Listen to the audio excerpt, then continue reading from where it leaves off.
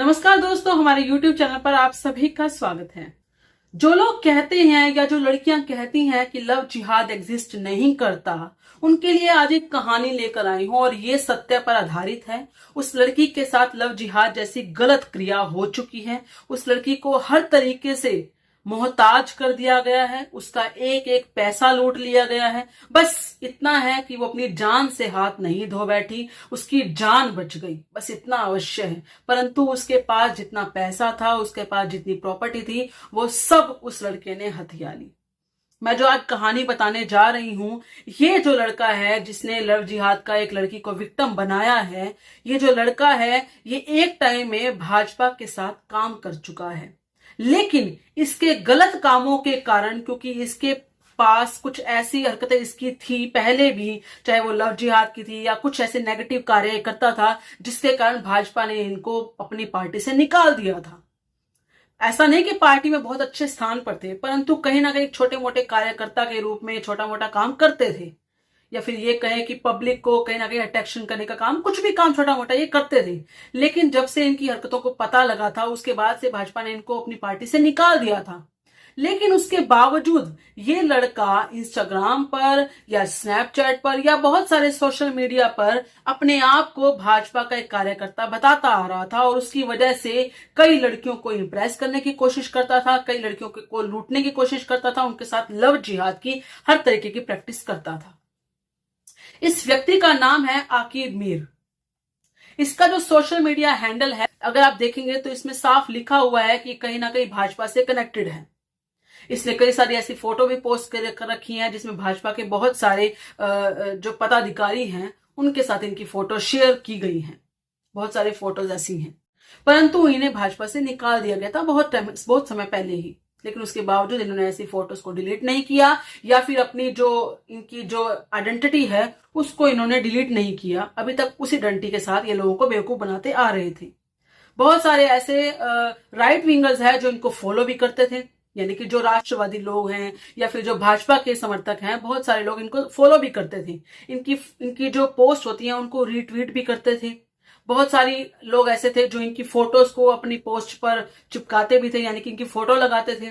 लेकिन जैसे ही इनकी सच्चाई सबके सामने आई, हर कोई शॉक्ड है, हर कोई हैरान है कि इस तरह का व्यक्ति भी इस तरह की चीजों में इन्वॉल्व हो सकता है। अब होता ये है, ये एक लड़की के संपर्क में आते हैं जिसका नाम होता है ऐना जैन। ये जैन समाज से लड़की है। इसके संपर्क में आने के बाद ये इस लड़की को बेवकूफ बनाते हैं। बेवकूफ इन द सेंस कि हर तरीके से कोशिश करते हैं कि वो उसके प्यार में गिर जाए। आपको बता दूं कि ये जो ऐना जैन लड़की है, ये पहले से ही शादीशुदा थी, लेकिन कुछ वजह थी कि इन्होंने अपने पति से डिवोर्स ले लिया था। वो कारण ये थे कि अपने पति के साथ ही खुश नहीं थी, या फिर ये कहें इनके पति शारीरिक रूप से बहुत ज्यादा बीमार रहते थे, बहुत ज्यादा मेडिकल प्रॉब्लम्स रहती थी, जिसकी वजह से शायद ये उनके साथ रहना नहीं चाहती थी, या उनकी सेवा नहीं कर पाती थी, या सो कॉल्ड जो भी इनके पर्सनल मैटर हो सकते हैं। लेकिन ये उनके साथ खुश नहीं थी, तो इन्होंने उनके साथ डिवोर्स कर दिया था। अपने पहले पति को डिवोर्स दे चुकी थी। अब होता ये है कि ये इस व्यक्ति यानी कि आकिब मीर के संपर्क में आती है। लेकिन आकिब मीर इतना चालाक था कि वो अपना पैरोडी अकाउंट बनाकर रखता था। वो अपना असली नाम से इंस्टाग्राम पे या स्नैपचैट पे अपना असली नाम से अकाउंट नहीं बनाता था, या बनाता था तो वो जानबूझकर असली अकाउंट छुपाता था और अपने नकली अकाउंट से ऐसी हिंदू लड़कियों को, जैन लड़कियों को टारगेट करता था। ऐना के साथ भी उसने अपने एक पैरोडी अकाउंट से टारगेट किया। अपना जो पैरोडी अकाउंट था उसका नाम इसने रवि राजपूत के नाम से बनाया हुआ था। होता यह है कि ये ऐना को डीएम करता है, ऐना से इसकी बातचीत शुरू होती है। बातचीत में दोनों के फोन नंबर एक्सचेंज होते हैं, दोनों डेटिंग करते हैं। डेटिंग करते करते धीरे धीरे ऐना को यह पता लगता है कि इसका असली नाम आकिब मीर है, यानी कि ये मुस्लिम कास्ट से है।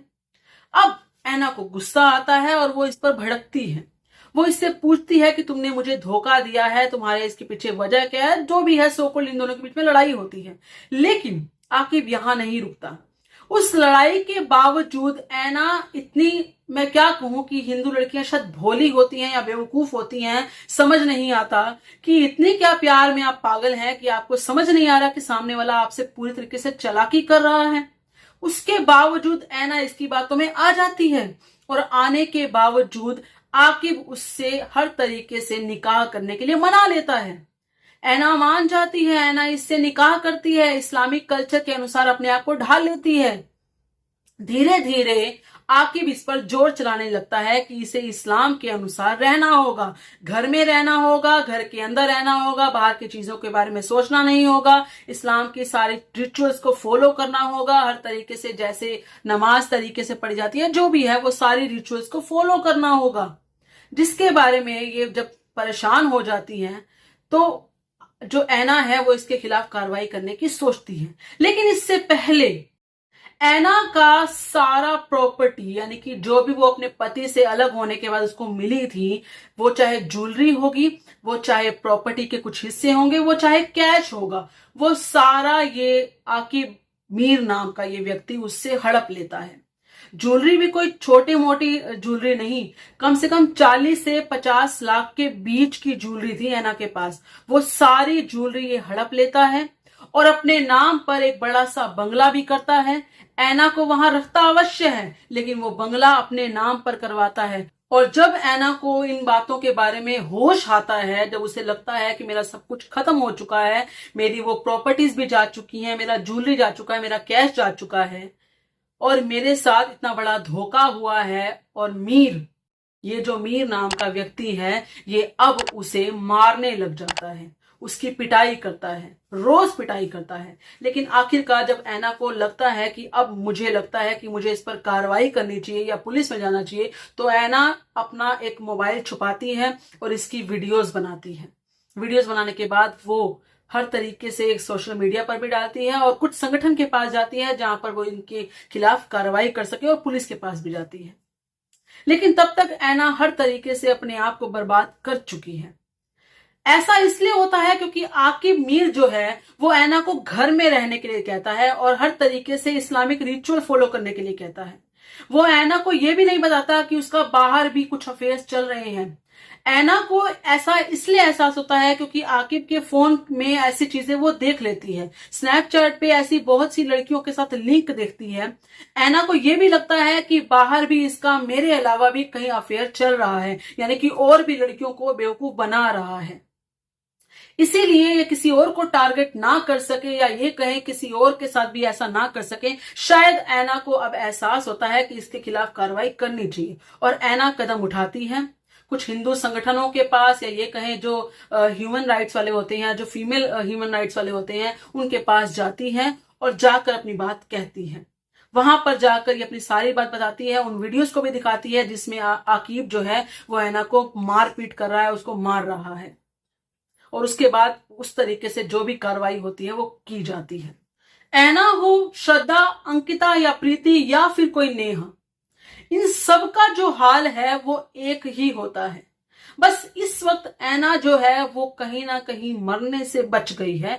बस यही फर्क है कि उसने अपने होश जो है कहीं ना कहीं दोबारा से लाए हैं, अपने दिमाग में चीज बिठाई है कि उसके साथ धोखा किया जा रहा है, नहीं तो एट द एंड उसके साथ भी शायद यही होता।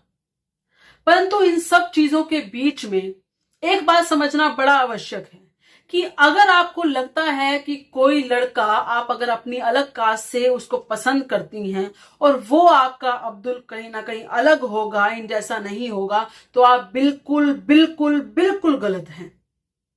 ऐसा अवश्य होगा। वो एक जैसे ही हैं।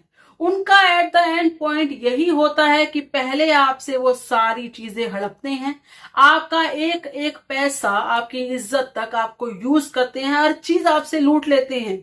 आपका शारीरिक शोषण भी करते हैं, मानसिक भी करते हैं, और जो इकोनॉमिकल शोषण होता है यानी कि पैसा लूटना वगैरह, वो भी आपसे लेते हैं। हो सकता है आपके परिवार से भी हर चीज लूट ली जाए।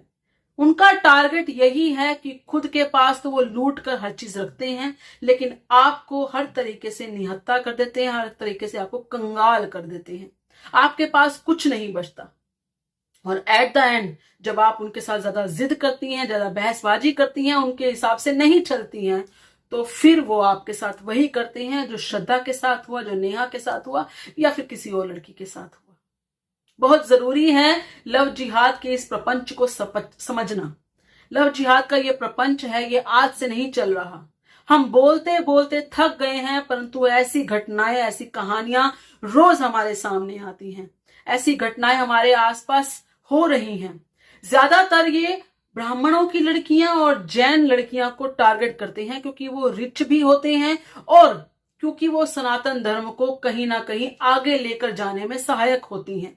ऐसी लड़कियों को टारगेट किया जाता है। ब्राह्मण लड़कियों को टारगेट किया जाता है क्योंकि वो अपने रिचुअल्स के लिए बहुत ज्यादा सटीक होती हैं, अपने रिचुअल्स को फॉलो करती है, अपने सनातन धर्म को अच्छे से फॉलो करती हैं, इसलिए उनका धर्म बर्बाद करना होता है, इसलिए उन लड़कियों को टारगेट किया जाता है। जैन लड़कियां हो सकता है रिच होती हैं, या फिर ये कहें कि वो भी अपने रिचुअल्स को बहुत अच्छे से फॉलो करती हैं, सनातन धर्म को बहुत अच्छे से फॉलो करती हैं, इसलिए उनका धर्म कैसे बर्बाद किया जाए ये उनको उसलिए टारगेट करते हैं। प्रॉपर्टीज तो लेते ही हैं, कोई अमीर मिल जाए तो सोने पे सुहागा हो जाता है, लेकिन अगर उनका रिचुअल या उनका धर्म भ्रष्ट करना हो तो ऐसी लड़कियों को सबसे ज्यादा टारगेट किया जाता है। और दलित इनका सबसे आसान टारगेट होता है। वो लड़कियां बहुत ज्यादा भोली होती हैं तो उनको आसानी से टारगेट किया जाता है। ऐसे लोगों से बच के रहना बहुत आवश्यक है, बहुत ज्यादा आवश्यक है। अपने आप को इतना सुदृढ़ बनाइए, ऐसी बातों में बिल्कुल मत फंसिए कि ये आपको प्यार भरी है जो मनचली बातें होती हैं उसमें फंसा सके। ये सारा झूठ होता है, सारा प्रपंच होता है।